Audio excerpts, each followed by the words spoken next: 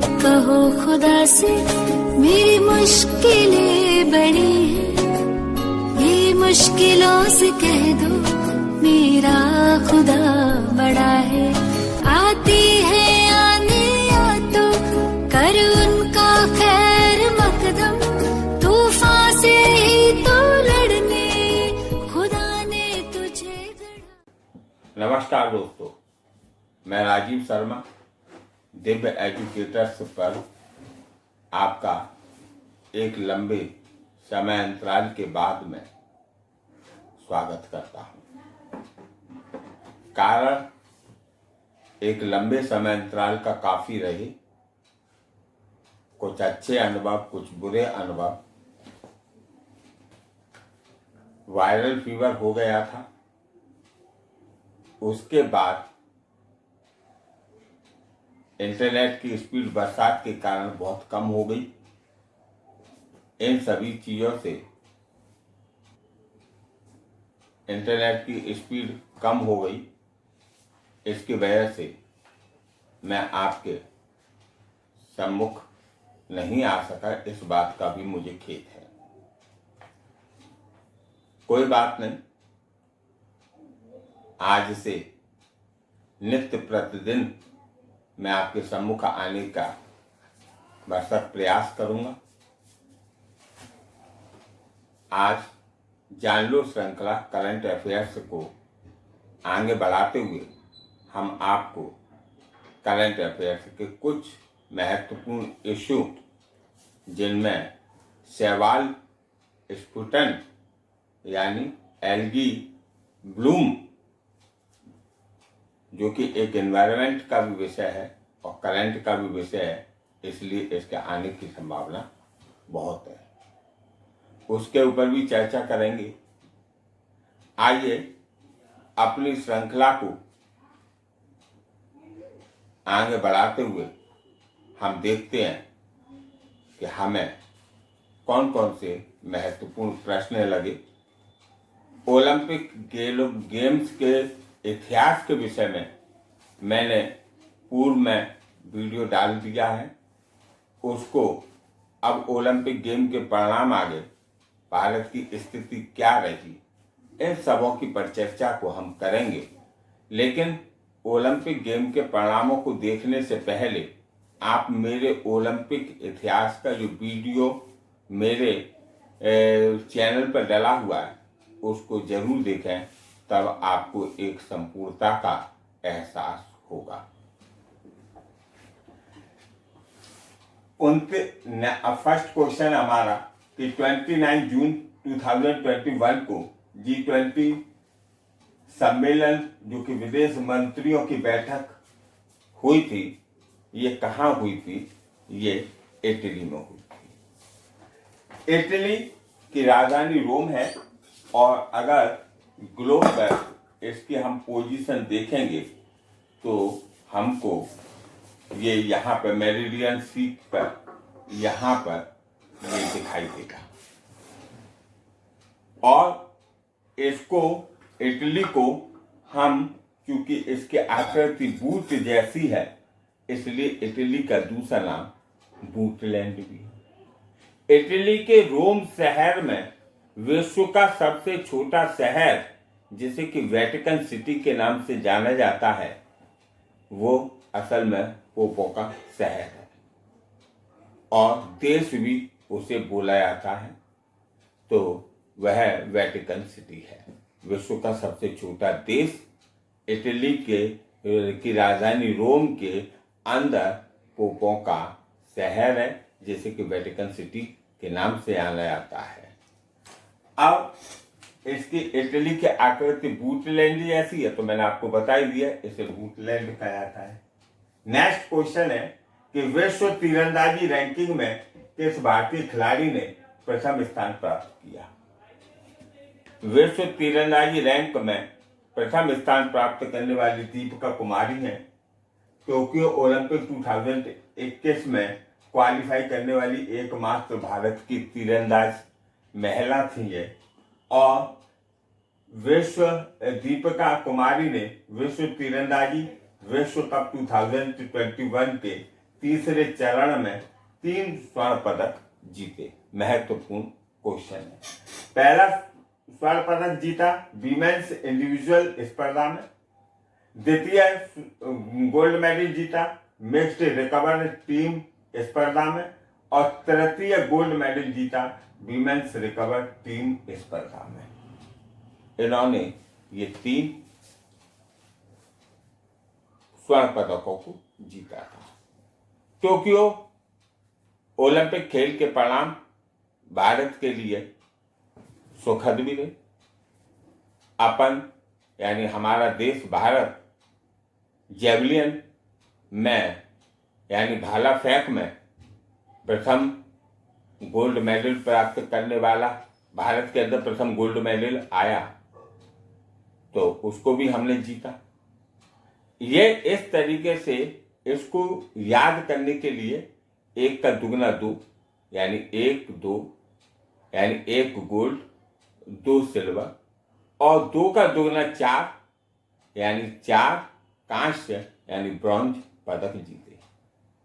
अब इसको थोड़ा हिस्ट्री से भी जोड़ देते हैं। सिंधु घाटी सभ्यता में ईंटों की माप का अनुपात यदि पूछा जाता है तो इस गोल्ड मेडल का उल्टा कर दो, 4:2:1। यहां पर क्या 1:2:4 यानी 1 गोल्ड 2 सिल्वर और 4 कांस्य। और वहां पर ईंटों का अनुपात 4:2:1। ओलंपिक खेलों में जो रैंक का डिसाइड होता है कि कौन सा देश किस रैंक पे है तो असल में वो गोल्ड मेडल से निर्धारित होता है। गोल्ड मेडल एक बहुत अहम हिस्सा निभाता है। माना कि कोई देश एक्स और वाई है, इन पर समान रूप से गोल्ड मेडल आगे, माना कि 41 गोल्ड मेडल आगे, अब हम किसको प्रीफर करेंगे? तब इनके लिए सिल्वर और ब्रॉन्ज मेडल के जो प्रतिस्पर्धा में उन्होंने जीते हैं उन पर हमें गौर करना पड़ेगा, उनको देखना पड़ेगा।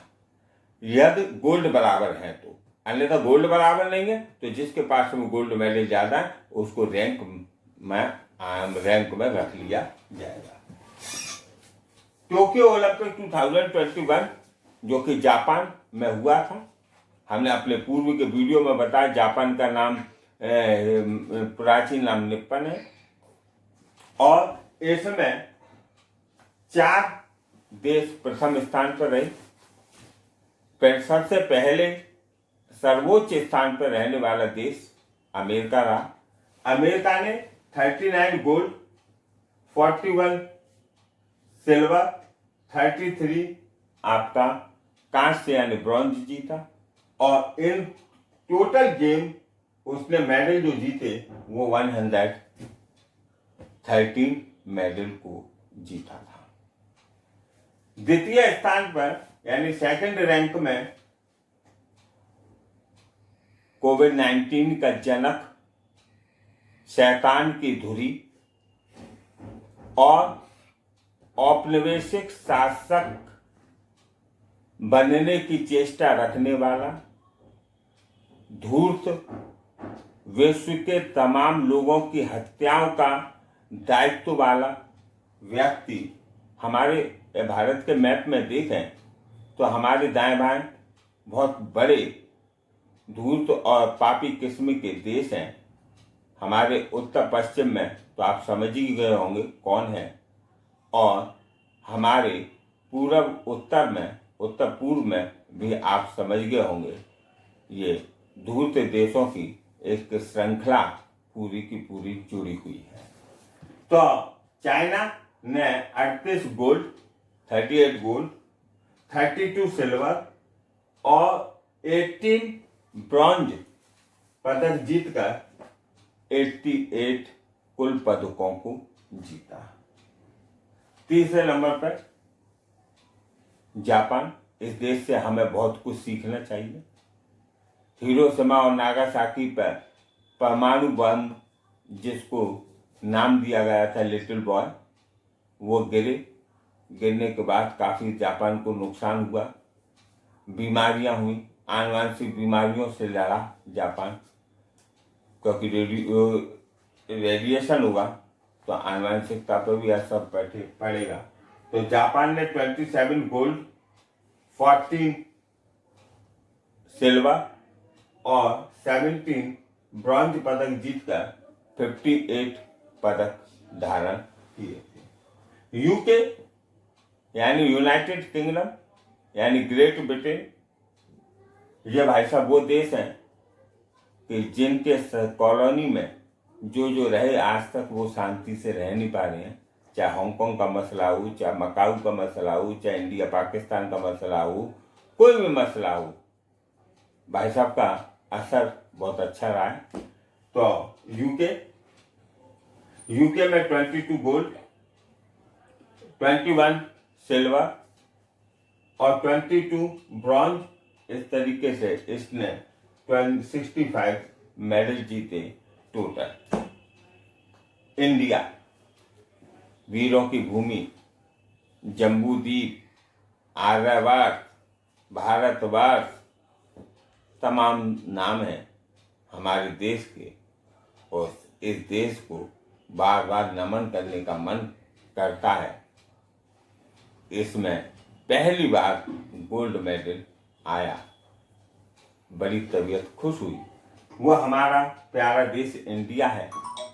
इसमें 1 2 4, तो इंडिया ने 1 का दुगना 2, दुगने का 4, और इस तरह अगली बार हम बहुत कुछ जीतेंगे।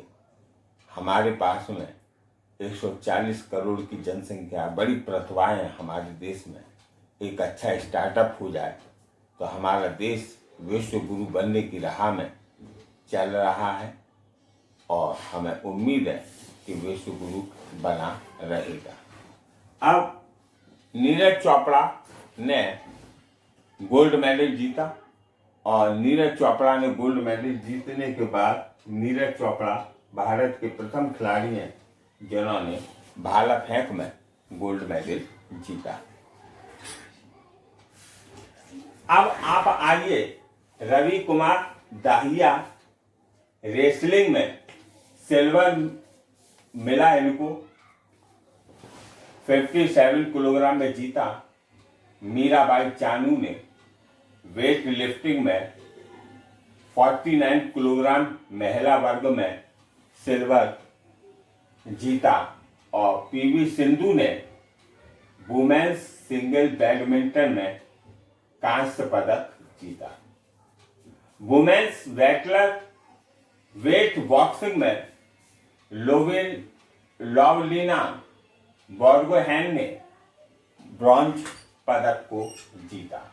लंबे अरसे के समय के बाद भारत ने अपने राष्ट्रीय खेल हॉकी में ध्यानचंद, जब हॉकी का नाम आता है तो ध्यानचंद जी का नाम स्वतः ही आता है। तो ध्यानचंद जी के कृपा मात्र से भारत ने हॉकी का वर्ल्ड कप भी जीता था। लंबे समय के बाद हॉकी में भारत ने ब्रॉन्ज मेडल को पाया। बजरंग पूनिया ने रेसलिंग में 65 किलोग्राम पुरुष में ब्रॉन्ज पदक को प्राप्त किया। अब ये एनवायरमेंट का विषय है। अंध महासागर, अब अंध महासागर को समझ, अमेरिका, अफ्रीका से ऊपर यूरोप का जो बीच का क्षेत्र है, ये अंध महासागर कहलाता है। इसे हम अटलांटिक ओशियन के नाम से भी जानते हैं। अंध महासागर में फ्लोरिडा क्षेत्र, यानी नीचे जो यूएसए के नीचे जो चौथी सी आई है, जो मैक्सिको है, उसके क्षेत्र में शैवाल का प्रस्फुटन भरा है, और इस प्रस्फुटन यानी ग्रोथ के भरने का कारण है फास्फेट और नाइट्रेट का अधिकता में होना। फ्लोरिडा में ये कहाँ पर आया है? तो फ्लोरिडा में आया है ये टम्पा की खाड़ी। अब आप ग्लोब पे चंपा की खाड़ी को मैं दिखाने का प्रयास कर रहा हूं। ये आपका मैक्सिको है। मैक्सिको में यहाँ पर आपके चंपा की खाड़ी है। तो ये आपका चंपा की खाड़ी में इसका स्तर बड़ा है। अब इसका प्रस्फुटन होने का अब ये क्या होता है, इसको ना थोड़ा गौर से सुनिए कि जब एक ये एल्गी है, शैवाल यानी हरी हरी काई कहलाती है, और इस काई की खासियत यह होती है कि ऑक्सीजन लेवल को ये नीचे से भी एब्जॉर्ब कर लेती है, और अपने जीने के लिए ये काई जो है फोटोसिंथेसिस की भी क्रिया करती है, प्रकाश संश्लेषण की। प्रकाश संश्लेषण की क्रिया करने के बाद में यही काई जो है ऑक्सीजन को रिड्यूस भी करती है। यह ऑक्सीजन को रिड्यूस करेगी, छोड़ेगी, तो वो ऑक्सीजन का लेवल एनवायरनमेंट में बढ़ जाएगा, एटमॉस्फेयर में आ जाएगा, लेकिन पानी के नीचे नहीं आएगा। अब पानी के नीचे जो जीव जंतु रह रहे हैं और इसने अपने जीवन के लिए उस पानी से ऑक्सीजन के लेवल को खींच लिया, तो जीव जंतु, मछली और अन्य कोई एल्गी के अलावा वनस्पति पानी के नीचे है, तो उस वनस्पति, जीव जंतु, मछली इत्यादि को तड़प तड़प के मरना पड़ेगा, क्योंकि पानी के अंदर ऑक्सीजन की मात्रा खत्म हो गई। एक साइड से तो इम्पोर्टेंट है।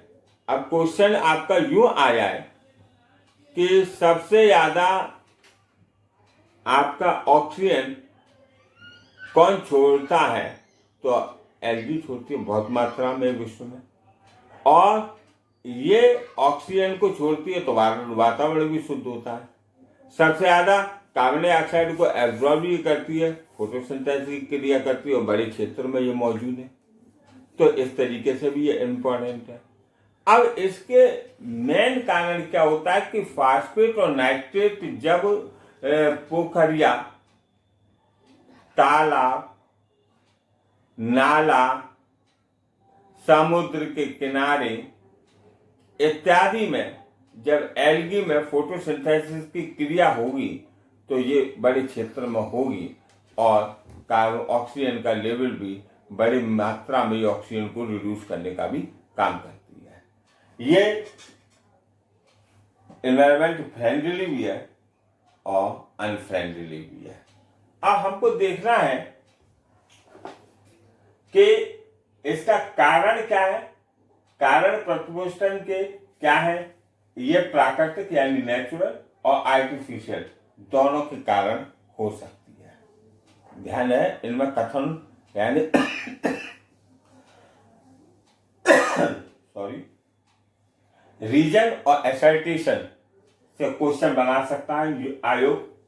बसंत ऋतु में जल स्रोतों में प्राकृतिक रूप से शैवाल प्रस्फुटन होता है, यानी एल्गी ब्लूम हो जाती है, यानी बढ़ जाती है। नाइट्रोफिकेशन, इसका मतलब तो न्यूट्रिफिकेशन, इसका मतलब है जल में पोषक तत्वों का बढ़ जाना, और सीवेज प्रवाह, यानी हम जो सड़क पर मल मूत्र के लिए सीवेज सिस्टम बना रखा होता है, उसका प्रवाह हम समुद्र में कर देते हैं। अभी आपने देखा होगा, अभी चर्चा में रहा था न्यूज पर कि सबसे ज्यादा सीवेज प्रवाह करने वाला मुल्क विश्व में कोविड के पिता में है रहे थे, यानी grand father of the Covid. It means you know. तो उस स्थिति में सीवेज का भी प्रभाव उन्होंने किया। उनका तो प्रथम उद्देश्य यह है कि कैसे भी करके हम विश्व को समाप्त कर दें। इसका प्रभाव क्या पड़ता है शैवाल प्रस्फुटन का। साइनोबैक्टीरिया नामक शैवाल के संपर्क में यदि मनुष्य आ जाता है, ध्यान रहे क्वेश्चन आ सकता है कि किस बैक्टीरिया के सम्मुख आने से मनुष्य के अंदर ये प्रॉब्लम हो जाती है। तो साइनोबैक्टीरिया नामक शैवाल के संपर्क में आने से त्वचा यानी अपनी स्किन, आइज में जलन और रेस्पिरेटरी सिस्टम यानी श्वसन संबंधी रोग पैदा हो जाते हैं। जलीय पारतंत्र पर इसका नेगेटिव इफेक्ट पड़ता है और कृषि, पेयजल, पशुधन, मत्स्य पालन पर भी इसका नेगेटिव इफेक्ट पड़ता। अभी मैंने बताया था कि वो ऑक्सीजन के वाटर के ऑक्सीजन को अपने जीवन के सर्वाइव करने के लिए ले लेगा, तो नीचे ऑक्सीजन का लेवल कम हो जाएगा। जब ऑक्सीजन का लेवल कम हो जाएगा तो किसी भी पोखर, समुद्र, नाला इत्यादि में, नदी में एल्गी होगी और नीचे का पानी के लेवल के ऑक्सीजन को भी उसने एब्जॉर्ब कर लिया, तो नीचे जीव जंतु, मछली वगैरह ऑक्सीजन ले नहीं पाएंगी। ऑक्सीजन ले पाएंगे तो तड़प तड़प तो मरेंगे। तो ये नेगेटिव इफेक्ट डालता है। इसके रोकने के उपाय कैसे इसको रोका है? तो रासायनिक फर्टिलाइजर का बिल्कुल थोड़ी मात्रा में प्रयोग करें। भारत का प्रथम राज्य सिक्किम एक ऐसा राज्य है जो कि नेचुरल फर्टिलाइजर का यूज करता है। और केंद्र शासित प्रदेशों में देखा जाए भारत का, तो लक्षद्वीप एक ऐसा प्रथम राज्य मतलब राज्य है, केंद्र शासित प्रदेश है जो कि जैविक खाद का प्रयोग करता है। भारत में सिक्किम एक ऐसा राज्य जो जैविक खाद का प्रयोग करता है। और अगर हम संघ शासित क्षेत्रों में देखें तो लक्षद्वीप जो है जैविक खाद का प्रयोग करता है। वहाँ पर बायोग्रेडेंट जो क्रॉप्स उगाई जाती हैं, यानी जैविक खेती। तो भारत के संदर्भ में देखें, क्योंकि अपन भारत के निवासी हैं, तो भारत के संदर्भ में देखेंगे तो सिक्किम और लक्षद्वीप। अवेयरनेस फैलाना, अवेयरनेस एक बहुत सात्विक इसका अर्थ देखा जाए तो इसे कहेंगे जागरूकता। और जागरूकता को जब समझा जाए तो अगर आदमी जागरूक नहीं है, चाहे वो कोई भी क्षेत्र हो क्यों ना हो, अगर व्यक्ति जागरूक नहीं है तो वो कुछ नहीं है। तो इसके क्या इससे नकारात्मक यानी नेगेटिव इफेक्ट हैं, क्या पॉजिटिव इफेक्ट है, इस बारे में हमें संपूर्ण जानकारी होनी चाहिए। तो अवेयरनेस हमें फैलानी चाहिए। N2 के उत्सर्जन में कमी लाना। N2 के उत्सर्जन में कमी जब हम लाएंगे, यानी नाइट्रोजन के उत्सर्जन में कमी लाएंगे, तो उससे एल्गी का प्रभाव जो है कम हो जाएगा। तो इस तरीके से हम देखते हैं कि एल्गी में यहाँ पर बहुत बड़ा प्रभाव में रहा। इसके लिंक के साथ में हम अगला दे देंगे और देने के मतलब टोक्यो ओलंपिक के विषय में हम देंगे और देने के बाद में इसे आगे बताएंगे। और तब तक के लिए हम आपसे जय हिंद बोलते हैं। अगले वीडियो के लिए कल हम आपके सामने पुनः प्रस्तुत होंगे। हमारे चैनल को लाइक, शेयर और सब्सक्राइब कीजिए।